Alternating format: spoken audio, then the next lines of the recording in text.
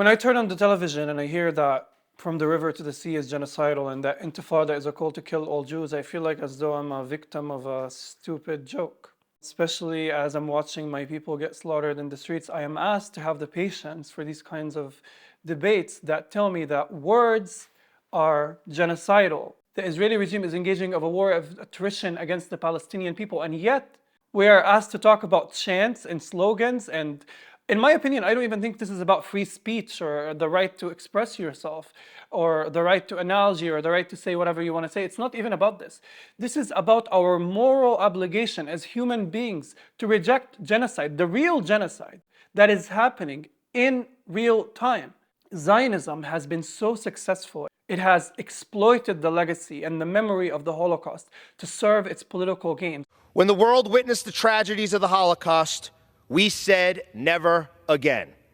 Now is our chance to mean it. My resolution condemns the slogan, from the river to the sea, Palestine will be free. To be clear, from the river to the sea, as someone who's Jewish, means to exterminate my people. Never again. And the fear of a possible second Holocaust, which, by the way, is logistically impossible on the part of Palestinians, is given a lot more urgency than the current genocide taking place in real time. Language comparing Zionism to Nazism is more penalized, is more scrutinized than the actual military actions and governmental policies that beg for the analogy to be made. All of this is happening against the backdrop of bombs dropping on people, of white phosphorus burning people's flesh. And we are told to talk about language. Recently in the United States, this debate about anti-Semitism has gone to the Senate. You have Jewish students who are afraid of chants being chanted on campus. Alone! They want our people dead! They want us killed! And so part of it. In one world, there are people digging with their bare hands in the rubble to retrieve their family members. And in another world, you have privileged students crying about their lives from the safety of their high-rise apartments. There's an ecosystem that has allowed this fear, this paranoid fear, to fester. So much so it became so visceral that they think the Gestapo is going to show up in the halls of the Ivy Leagues. Meanwhile, you have the only nuclear power in the Middle East bombing the shit out of Palestinians in the Gaza Strip. And we are told that we must give equal weight to both things, if not more weight to the latter.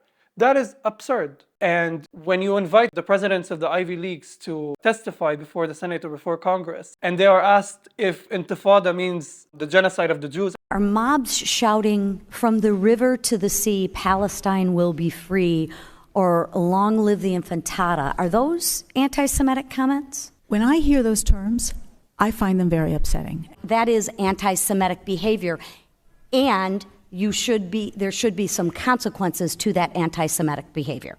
We're in agreement, yes? Yes. Thank you. You are president of Harvard, so I assume you're familiar with the term intifada, correct? I've heard that term, yes.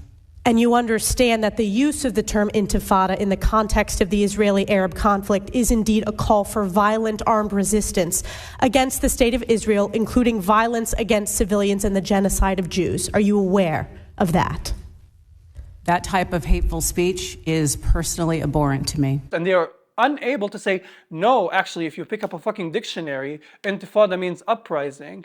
They have brought it onto themselves that they are getting kicked out or being forced to resign. Because when you are being accused of appalling things and you refuse to call these things appalling, you have no spine. I'm sorry, if people are being killed in front of you and yet you are unable to denounce that very killing and you want to give cover to these discursive mental gymnastics, I have no sympathy for you. If these presidents were able to stand up straight and look that question in the eye and say, how dare you ask me such a disgusting question? Of course, Intifada does not mean the genocide of the Jewish people.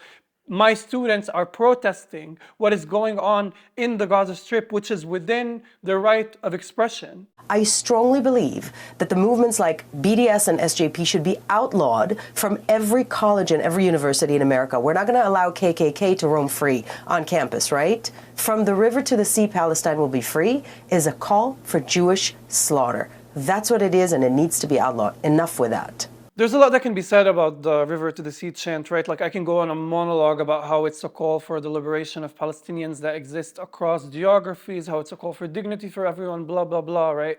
But that's not the point. The people asking us whether from the river to the sea is genocidal are not interested in an answer.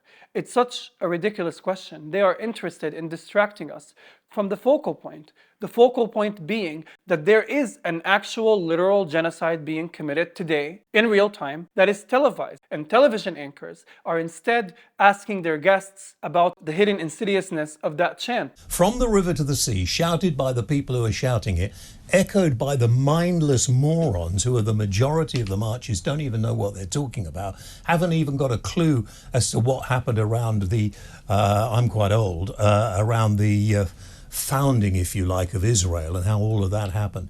It is saying we want to get rid of Israel, we want our country back, and that's what we're going to do. So it's really promoting genocide. That is by design. This is not that these journalists are stupid or inept. It's not that people are genuinely curious to know what this chant means. It is to distract from the real life events perpetuated by the Israeli state in real time. What the debate about the river to the sea also reveals is the projection of Zionism. They have to look within our intentions.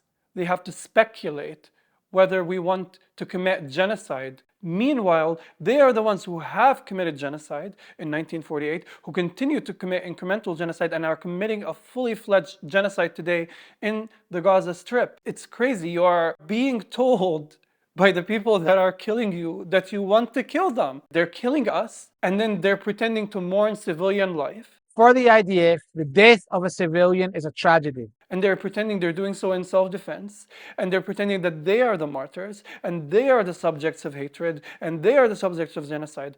It's absolutely mad. And if it weren't for the flagrant, insidious nature of it, it would be hilarious. But the reason why it's not funny is because there are tens of thousands of people murdered by Israeli bombs. It's not a joke. It's not a joke that an Israeli spokesperson, after being accused of genocide by South Africa, can get on a podium and accuse South Africa of aiding and abetting genocide. South Africa has made itself criminally complicit with Hamas's campaign of genocide against our people. It's not a joke. It's not funny. But they are doing it because they know they have the backing of the world's leaders and superpowers that are interested in maintaining a status quo of subjugation of the Palestinian, because that is what is lucrative. There's a lot being said about anti-Semitism and anti-Zionism, and I'm constantly reminded of my childhood. When I was young, my house was taken by settlers, and they happened to be Jewish. And it wasn't my fault that they were Jewish. They just happened to be Jewish. They decided to come and take our house and say our house was theirs by divine decree, because God said that the Jews owned the land. That is not my problem. That is not my fault. And I think this is a microcosm for the entirety of the settler state. Jacob, you know this is not your house. Yes, but if I go, you don't go back. So what's the problem? Why are you yelling at me? I didn't do this. You are stealing my house. And if I don't steal it, someone else is going to steal it. This is a colonial enterprise that has decided willingly to desecrate and exploit Jewish symbols in favor of its settler project. And we are supposed to distance ourselves from that. If you are using the Star of David as a military symbol, as an icon of conquest, how is that my fault? If you are leveling neighborhoods to the grounds, then planting the Star of David in the middle of the neighborhood. If you are literally carving the Star of David in the faces of young Palestinian men, how are we supposed to distance ourselves from this conflation when this government is intentionally, explicitly, and institutionally conflating Judaism, the religion, with Zionism, a racist ideology? The burden and the responsibility of making the distinction does not fall on the oppressed It does not fall on the colonized. When they are exploiting that conflation in their favor, this falls on them. Frankly, I am tired of watching bombs drop on people, watching people draw their last breaths, and having these images and scenery disrupted by requests that I condemn this, and I denounce that, and I rebuke this, and I rebuke that. It's absolutely incredible. It's crazy. The material systemic reality is that of physical, tangible subjugation, and yet we are talking about what is anti-Semitic and what is not anti-Semitic when Palestinians are being slaughtered. But this is so revealing about the West. It's revealing about the kind of psyche that holds so many people hostage. We are willing to look evil in the eye. We are willing to look violence in the eye and treat it as an everyday banality, right? Palestinians are robbed of their rights. Our homes are demolished. We do not have the freedom of movement to move from city to city. We are bombed into oblivion. All of that is tolerated, even celebrated, certainly financed by the world's superpowers, by the United States, by Britain. What does that say to us? I talk to a lot of people who tell me that they're afraid to speak out, lots of liberals who tell me they're afraid to speak out against the genocide of the Palestinian people, tell me they're afraid of being accused of bigotry, tell me that they're afraid of losing a job. And frankly, that fear is hard to swallow because it will never compare to the fear of having your house bombed, of not knowing whether your mother is alive or dead, of being shot by a sniper in the middle of a crowded street. We are at a moment for transformation. I believe the world has changed forever since October 7th. And if we are unable to make sacrifices, if we are unable to call a spade, if we are unable to speak up, then we have failed. And not only have we failed, but we become accomplices in this genocide. I am sorry about your job. I am sorry about you souring the mood of your boss or having an unpleasant dinner with your family should you speak up about Palestine. But compare that to the anguish of being in the Gaza Strip right now. It does not compare. If you think your silence is going to protect you from being fired, if you think you staying quiet about the subjugation of a faraway people is going to keep you safe, you are dead wrong. The more you ignore this censorship of Palestinians, the more you ignore this repression and crackdown on speech, on Palestinian rights, on saying no to the empire, the more the empire is going to grow, the more powerful it becomes, and you are going to be its next victim. I am sure of that. In an ecosystem of journalism that obfuscates facts, that rewrites history, that victim blames, that writes in passive voice, it is imperative that we support progressive, independent journalism. So if you can, join the future of journalism, join Double Down News on Patreon.